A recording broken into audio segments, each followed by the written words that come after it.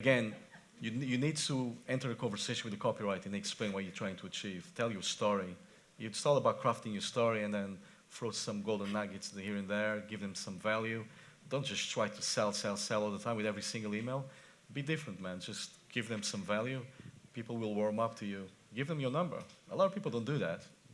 You know, I used to do that in the beginning. I used to give people my numbers. Say, call me. I'm real. Put a picture of yourself on your auto-response here so people can see you. Do a video. And I know you're big on video. You do lots of videos. Do videos. People, video is king now, man. So I didn't create mine, so I paid someone to create mine. So with me, I've got like 7 emails going out. So yeah. I hope that answers your question. And do you use the same follow-up series for solo ads and banner ads? Or for solo ads or banner ads? Yeah, pretty much. Yeah. I don't differentiate that. No, it's the same kind of people that my audience. I know who my audience is. Yeah. So it's the same kind of audience. So yeah. Okay, cool. Cheers. Cool. And I just want to answer a question that hasn't really come up, but it ties in with what you just said. It just reiterates the point of where you should spend your time and where you shouldn't spend your time. So for Paolo, he's got some amazing skill sets with the things that he's doing, but he doesn't like copywriting. And so he doesn't go and try and learn every single thing and do his own copywriting as well. He'll invest his money because it's better to save that time to apply to other things. So there's some things that Paolo will pay for and then do other things himself. And the things that he does himself, maybe I would outsource. And it's all going to be they're different for different people. But you've got to find those things in your business where you're like, actually, it's not worth my time to try and learn this topic. It'd be better just to outsource that and focus on the actual income-producing activities in the business. Yes, I have Stacey, go ahead. Okay. I'll stand up so you can see me. Nice. Oh, that works. Yeah, let's do that. Blocking the light. First of all, Paolo, respect to you, man, for making solo ads work. I know in that industry there's a lot of bad, names. There is, man. Important lists. That's why I've given you my solo ad vendor so you can. Yeah. I'm not affiliated with anybody, by the way. Did you guys read that? There was a little disclaimer. So I've got no affiliation with them, so you're good to go. Okay. So you mentioned about high ticket as well. Yeah. How do you kind of transition, from the solo ad traffic into high ticket? Is Good it selling question. into a small ticket So you bring them in with the first, obviously you need an entry level of a product, $1, a trial, $7. So that's the entry level. You bring them in at that because you want people that obviously are buyers and they're not messing around, they're not tire kickers. So you want people that obviously have buying power. And then obviously you bring them in, you create a report with them, you communicate via your auto-response series, create a report with them, and then obviously you sell them your back-end product. And that's what I do. So I create a report with these people. Okay. And then I sell them my high-ticket items. Yeah. Yeah, does that make sense? Yeah. But I always give them first because I want to test them. I want to see, are these people serious? Do they have buying power? Do they have a credit card? Will they buy at least a $7 product first as an entry level? Yeah. Okay, does that make sense? Yeah. In my case, the company I promote, we offer a $1 trial. So if they can't even do that, if they can't even join my company, the company that I promote, they're probably like for 12 years old or something. Yeah, and then I bring them in, again, come to daddy. Do you use double opt-in, do you? That sounds wrong, right? Sounds very wrong. Do you use double opt-in? I don't. Okay. No, I used to. But I learned from my... What was that thing? I'm thinking about to come to daddy.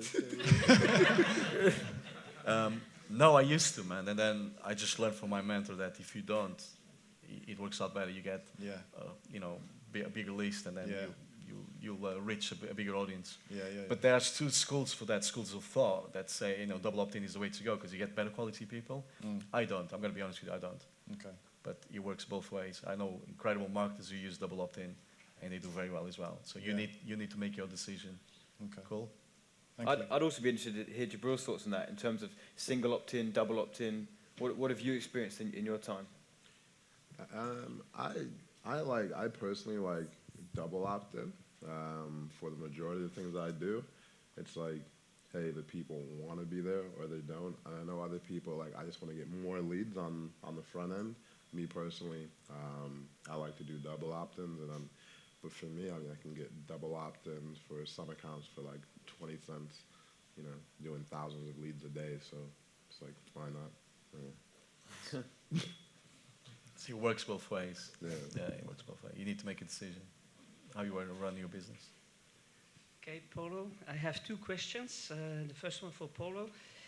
If Paul Lynch has his banner up on Warrior Forum, how can you break in with your new banner? Good question. Or is it a rotating? Yeah, it banner? rotates. They Ah, only it's- take 10 banners a day. So yeah, and then rotates. So every time someone goes to the homepage, bam, Paul Lynch, and then somebody else from around the world clicks on the Warrior Forum homepage, Paolo's one will come up, and it rotates to 10 banners a day. Does that make sense? Does that answer Yeah. your question? So is there I'm rotating. sorry, Patrick. I'm just going to. So if for one day there are Yeah, for one day. 12 people Yeah. who have reserved for that day, Yeah, you can. Then Sorry, it will when I be say a day, 12? you can reserve for the whole month. Mhm. So you can pay Warrior Forum for the whole month. So you've got your banner on rotation.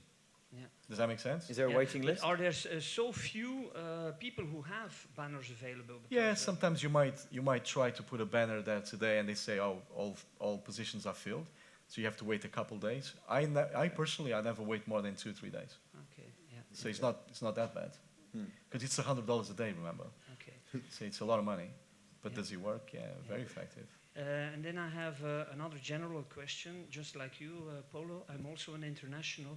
What about Facebook ads for other languages? Is the cost, if you do the segmentation, is it the same thing in, let's say, for me, French or Dutch or German? Is that the same philosophy? Yeah. So basically, you're just asking, is it the same to do ads in like Ukraine and all the different countries? And the same prices, or is it when you locate? Yeah, then you choose the countries specifically for those countries in that language. Yeah, same philosophy. And I was actually having a conversation yesterday with someone after the show or the conference, and there are different strategies that you can use in different countries, and because there's less competition in some countries, and so I think it was like it was Hungary. Gentleman was in he lived in. Yeah, I said So- to Adam that he had to ask that question. And so I was sharing with him. So one of my personal experiences when I advertised in the country of Panama, since it was such a small country, and there was no one else doing advertisements in the way that I was doing them, like I literally dominated and like the country. Like imagine being like dominating the country. So you're in like England and you're like dominating the country for the specific local area. And because the country only had like 3 or 4 million people, I mean, I'd go out because it was a personal promotion. Like on a Friday night, it's like 40 selfies. Like, hey, can I get a selfie? Can I get a selfie? Like literally dominating. And then since you speak like a specific language in your home country, if you can think of products or services that they need, and there's no competition, you could literally clean up in your country. So like that's one of the things that I wish I could do. I wish I could speak like every language in the world. Like no, like I'm so serious. Like I wish. It's like can teach some you people one of want to them. fly. Some people want to fly and do a bunch of different things. Like for me, it's like language. So if I could communicate with everyone, and so if I was in a country, I could literally dominate. And that's one of the things I would suggest that you do. If you have that and there's no competition, and you have, even if you did high ticket products, low ticket products, if there's no competition, and the leads and the cost of clicks are, like in Panama, it was probably about 1/50th of the price of what it would be in like United States. And so you have the ability to do things, and it's only like this certain time in history that you'll be able to do that. So I would say, yeah, same philosophy, and if you can do it in your home country while no one else does it, I mean, you could do some amazing things. So. Thank you. Hey, I'm here. My question is on Facebook ads, and you guys were big on like story ads and video ads, and I would like to know which is the exact name in the Power Editor for video ads and story ads. Could you say it again? I mean, okay. I'm sorry. I was trying to listen, but I just could. Yeah, okay. So you guys were mentioned doing 2 types of ads. The one of them were story ads, and the other were like video ads. And my question is that when I go into Power Editor and trying to set up these ads, which is the exact ad type I has to use for these kinds of ads? I would say they're equally as easy. So with video, I mean, if you have bad internet, probably the video one would be harder. So sometimes I'm in like third world countries and it takes like 4 hours to upload a video and then the connection goes out. So, I mean, with a written ad, pretty Oh much. man, I'm just asking, what is the type of the Or ad you are? like page post engagement or website conversion. I think that kind of thing. That's what I'm asking. Ah, okay, thank you. I would Thank you, say- John. I test both, like literally 50-50. So Okay. with page post engagement and then website conversion, I do both because sometimes the page post engagement works better and then another time website conversions works better. So it's like literally just the testing of the two. And generally though, with video, I'll see if the video is good and actually engaging, page post engagement works the best. So like out of the, I don't know, 300, 400,000 leads that I've generated in the last like year, the majority of them have been from page post engagement. Okay. Yeah. But when you are doing page post engagement, is it only for the people who are following you, right?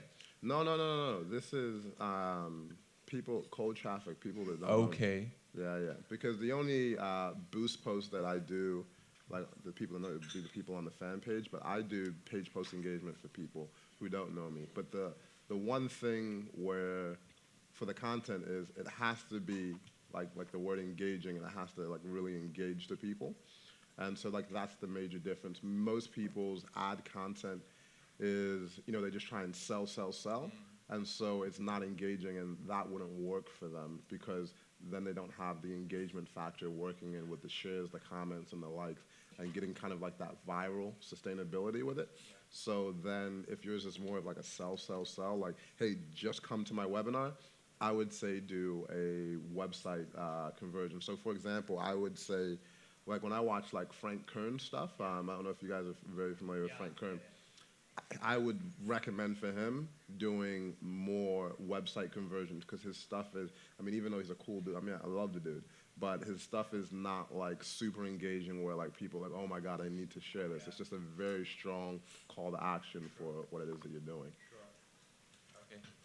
Thank you very much. No problem. Sorry for not understanding the question. And then, and just to seed it as well, the guy in the orange, I know he's been waiting for a question all day. So if we could also get Mike to him at some point, that'd be great. Thanks. But who's got the next one? Oh yeah, right at the back there. Go ahead. Oh, want me to go ahead? Yeah, Okay. you got the mic. So my question is, if you do create your own products, how would you recommend launching your own affiliate program and doing it effectively to find people like that will kill it? Okay, very good question. And this is a genuine answer.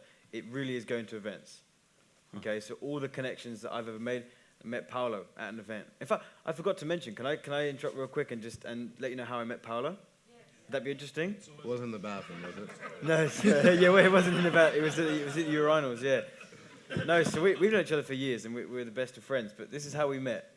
Honestly and truly, I was flying to an event. It was the first time I'd ever left the UK. First time I'd ever left the UK. First time flying, and I was flying over to Chicago.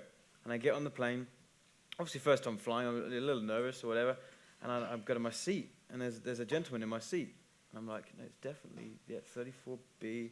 There's a guy in my seat. I'm like, excuse me, sorry, and this is my seat. And the guy looks up and he's so grumpy. He's like, this is my seat. And he was like, he wasn't having any of it. So I had to like get my ticket out and I proved. He's like, who's this young chap trying to kick me out of my seat?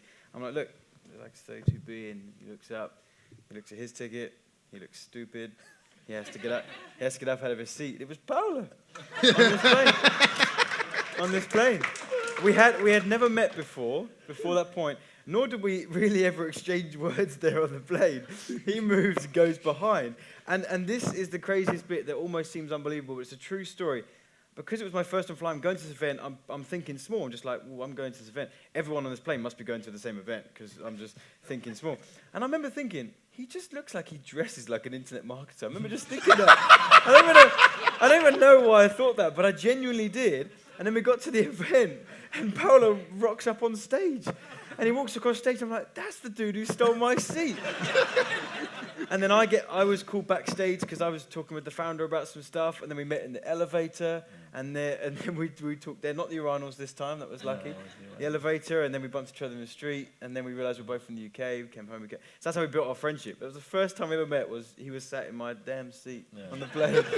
True story. But anyway, so coming back, I met Paolo at an event, you know, and we've done business together. Met Jabril at an event. Every single person that, the big hitters you just said that would promote my products, I've met at events, every single one of them.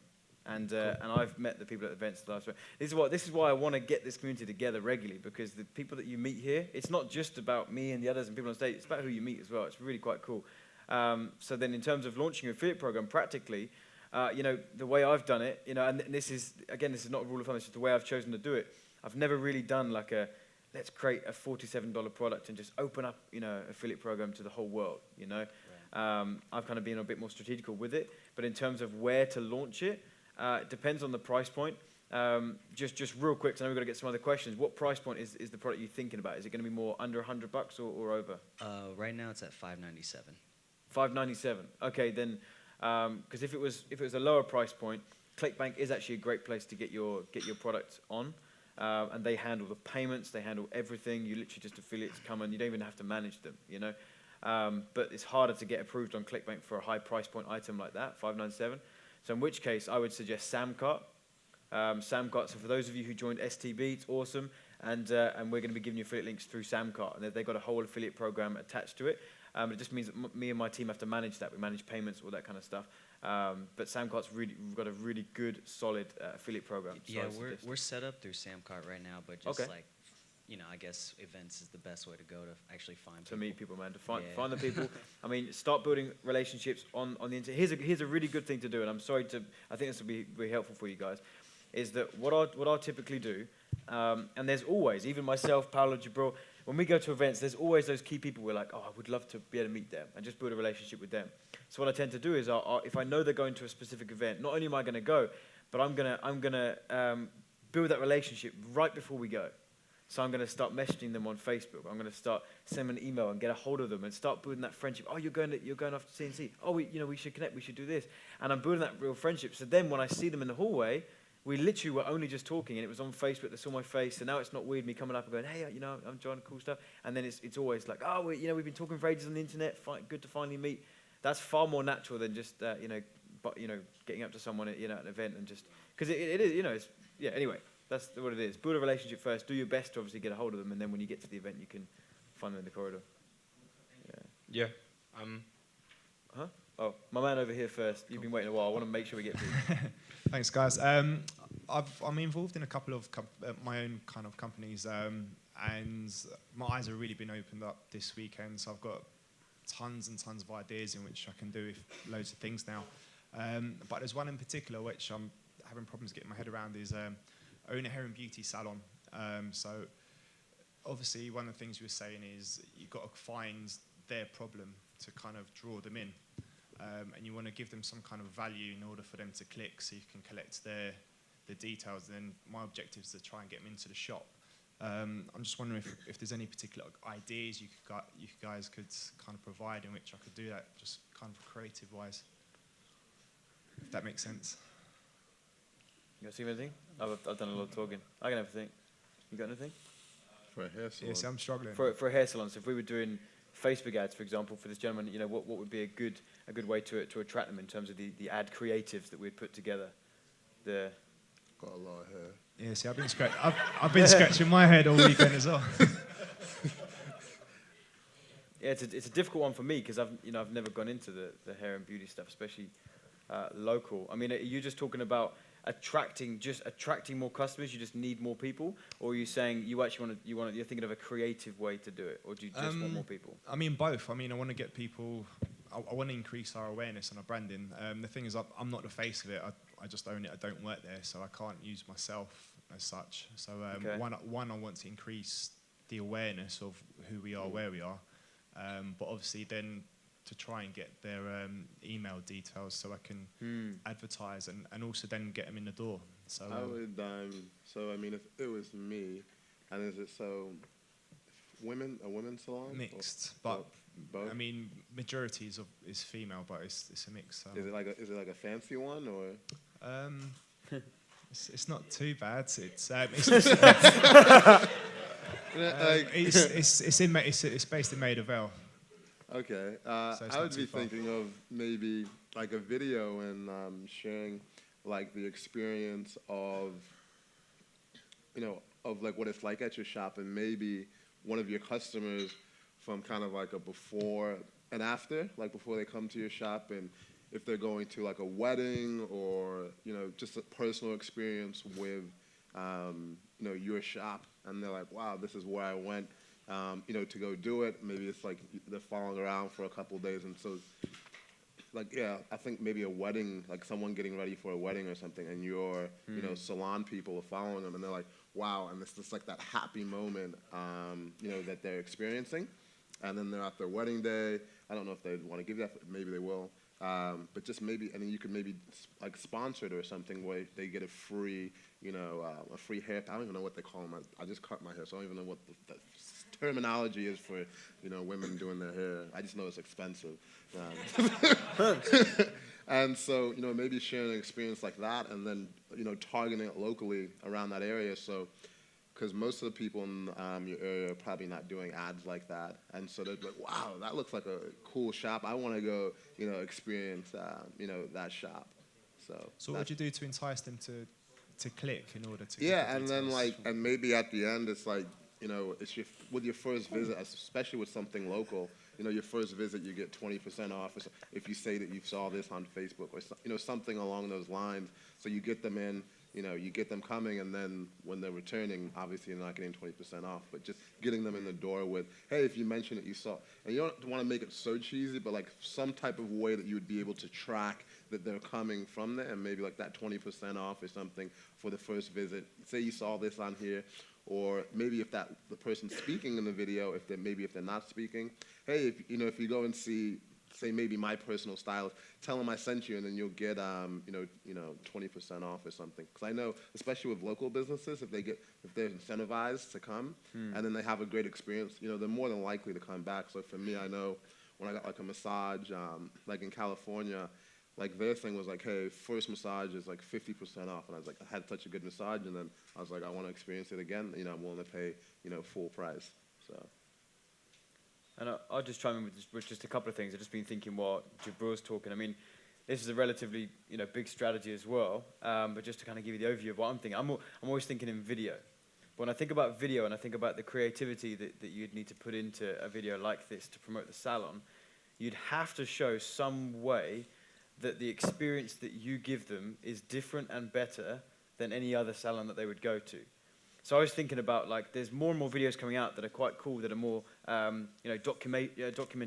documentary style, but it's done in a viral way, So I was just picturing there while Jabril was talking, I was just picturing, a woman just, because I don't have any idea how to manage a lot of hair, right? You girls know how to manage a lot of hair. I don't understand it, right? So I'm sure there's little things that if someone did wrong, that's grates on you. It's like, if there's a slight little bit wrong.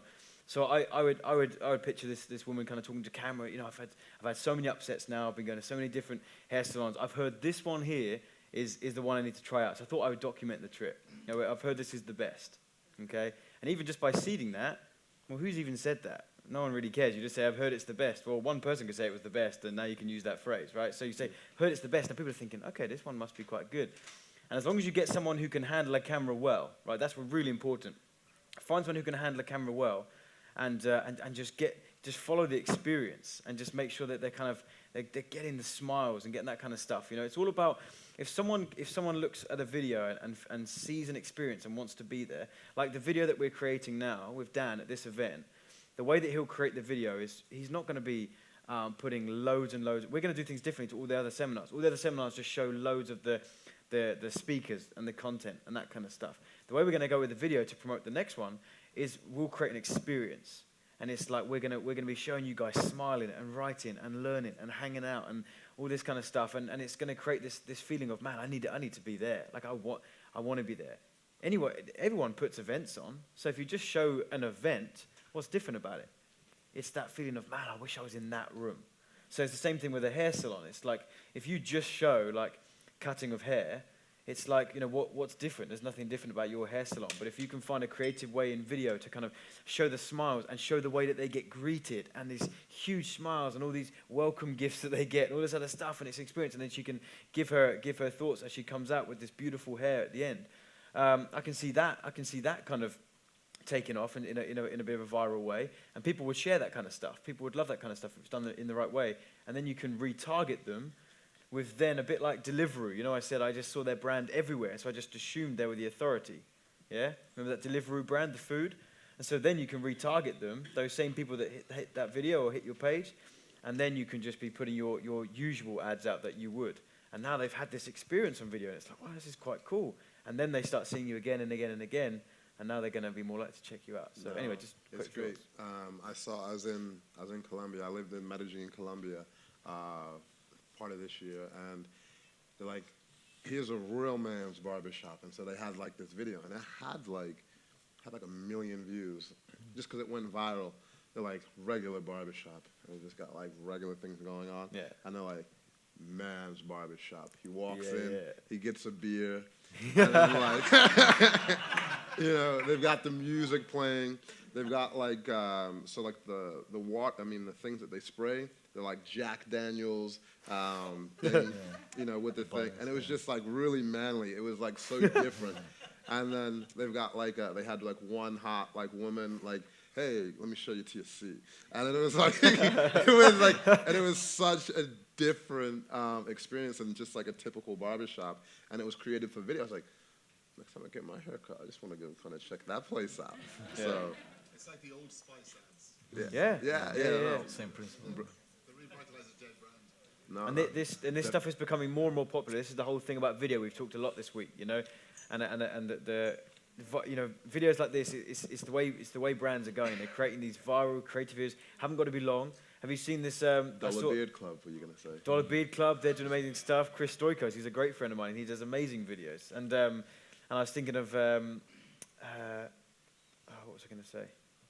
I can't remember. There's some other videos that just do the same thing. It's creating these viral videos that are short, to the point, creative, and that's what's really winning right now, you know. And they don't have to be long, but just that's what I was going to say. So there's have you seen this ad campaign called £1 Million Jamie or something like this? Oh yeah, and I've seen them on the tube. Like, how to get a job. I didn't see the £1 Million video Jamie. yet. So I think it was like some kind of job recruiting agency, and they had this great publicity stunt idea where they were like, actually, we're going to put £1 million into advertising to get this guy Jamie a job.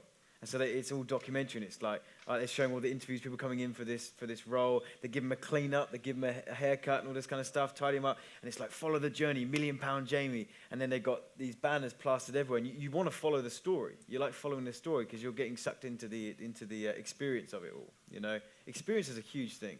If you can make someone truly desire what it is that you have, and make them believe that it's different to anything else they've ever experienced, then they'll want to check it out. Like, I now want to go to Panama just to get a beer while I get my hair cut. I want to go check that out. Colombia, was it? Okay.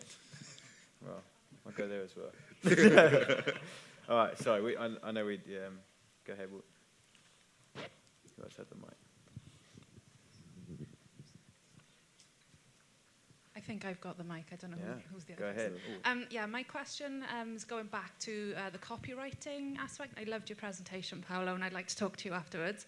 I've been starting to work with small businesses, and one thing they really struggle with is the storytelling aspect in their email marketing. And I just wanted to ask you all to share any knowledge that you have about good copywriters that you recommend, any techniques that you've learned, anyone that you really rate that you could share with us. Copyright. I mean, I can share the people I use for copywriting. We can discuss that afterwards, for sure. Me, naturally, I don't write a lot of my copy. What I tend to do, though, is I'm on everybody's list, people that I follow, people that I admire, people like Frank Kern, for example. So I've got a swipe file on my computer, and I copy every time I get an email from Frank, I swipe his file. I swipe other people as well. And I'm always studying what they're writing about.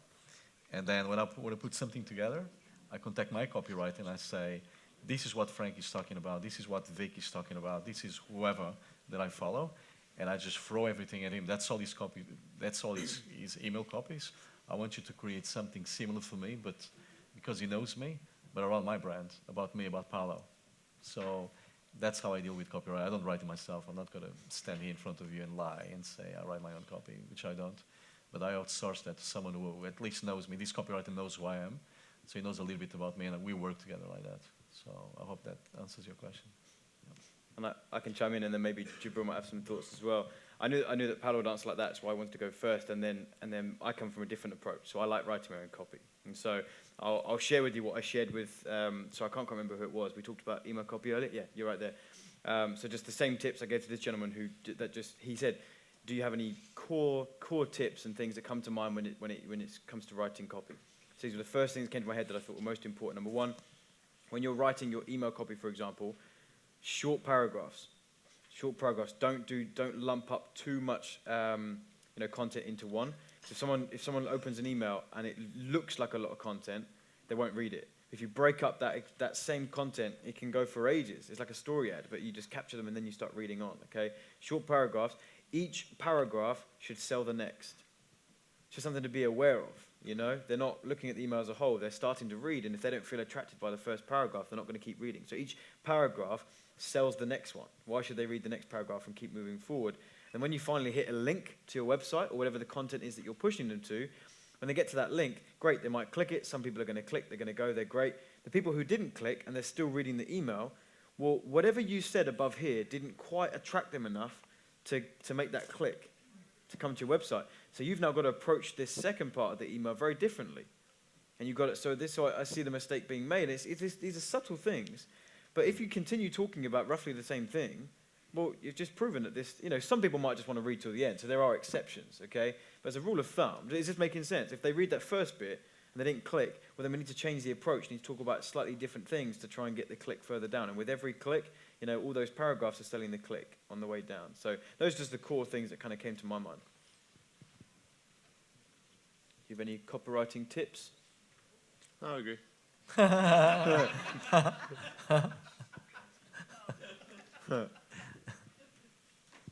Who have we got?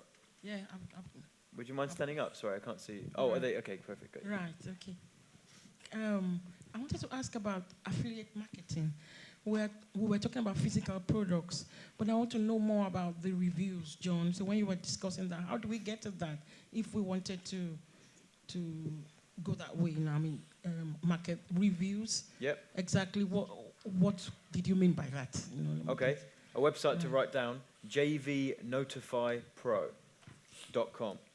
jvnotifypro.com. That is the main website that I'll go to that will tell me about products that are launching in the industry, information products that are launching.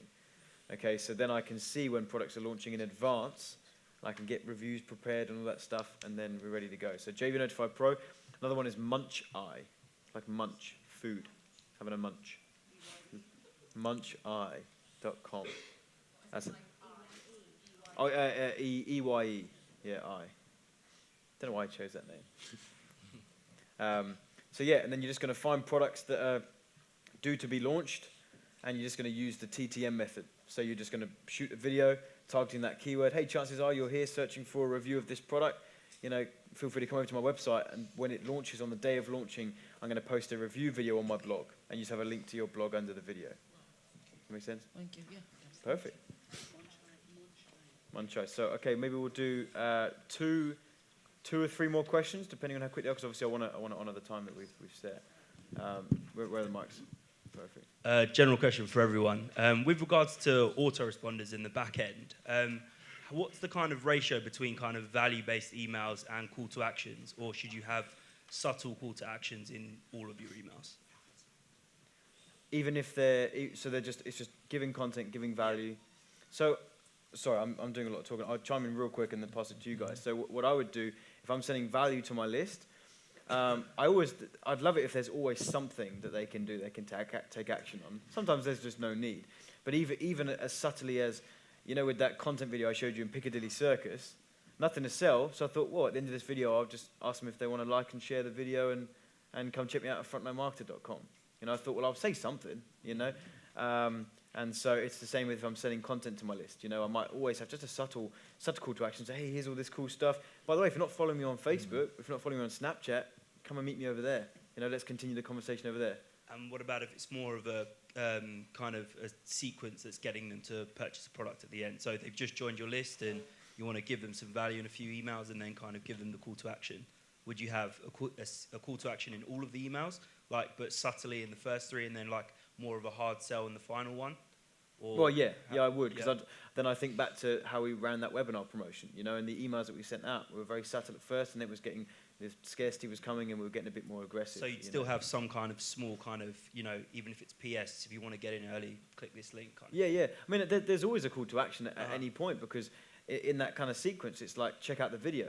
You know, if they're watching a series of videos before they get to a purchase, well, I need them to watch those videos. So the call to action is watch this video, watch this video. If you haven't watched the video yet, watch this video. Have you watched video 2? You've got to watch this video. It's really cool. If you missed video 1, go back and check that one. So there's always a call to action all the way along. But in terms of selling the product, that comes at the appropriate time in the funnel. Do you guys have anything to add? Actually, I do exactly the same, and I'm not trying to copy you, but that's exactly what I do. I always give someone an action to do, a video to watch. You've got to train people to click on that link to take action. So exactly the same. So cool.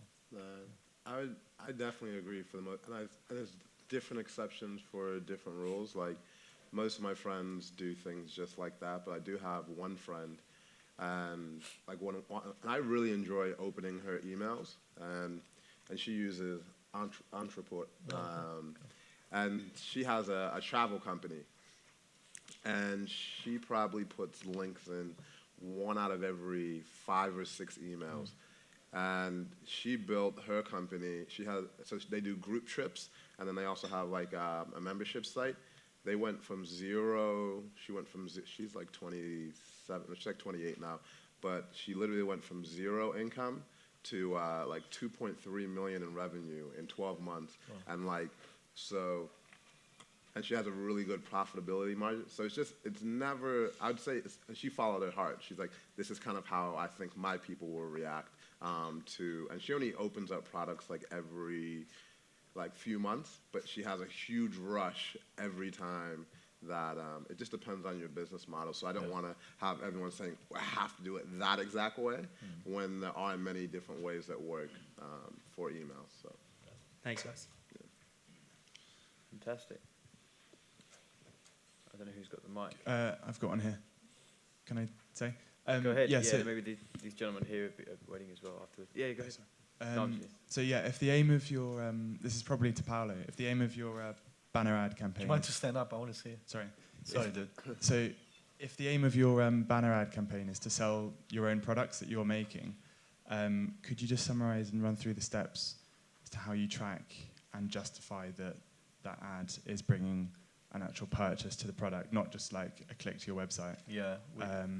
It's harder because it's actually them buying the product, not just. So the way it works, people click on a banner, and that banner should send them to your landing page. Okay. Don't ever send people to your sales page, because you'll be wasting your money. Yeah. So capture that email address. There will be a pixel on that landing page that automatically is going to tell you where that traffic came from. And I hope that's I'm answering your question. Okay. So and then if they buy, they go to your sales page and buy. There'll be another pixel on a thank you page telling you the guy that came from Warrior Forum bought your product.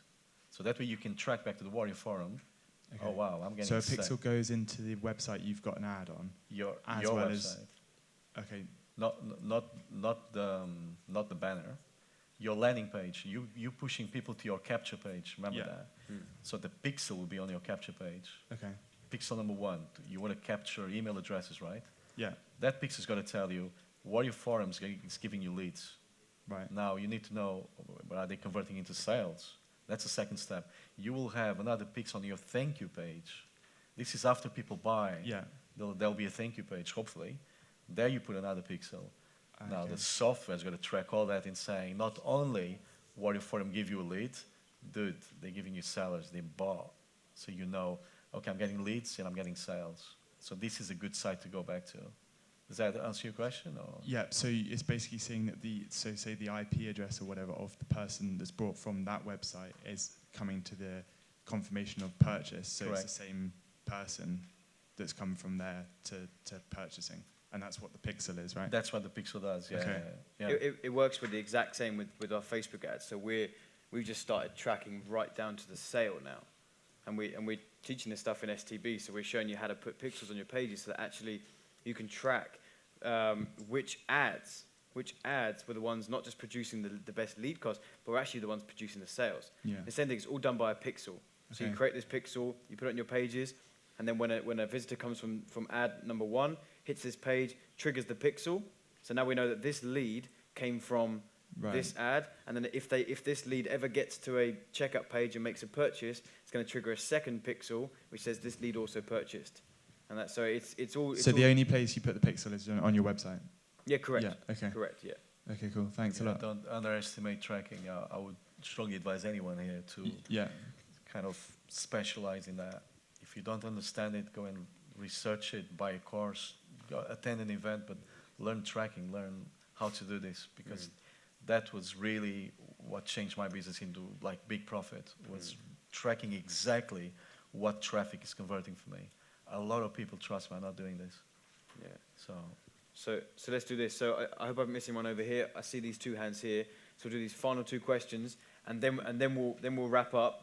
But what we'll do is, because that's why I want to save time, so you can come and ask us questions personally, say hi, goodbye, all that good stuff. So if we miss anything, come and ask us personally. So we'll do the final 2 questions, and then I'm just going to close the show.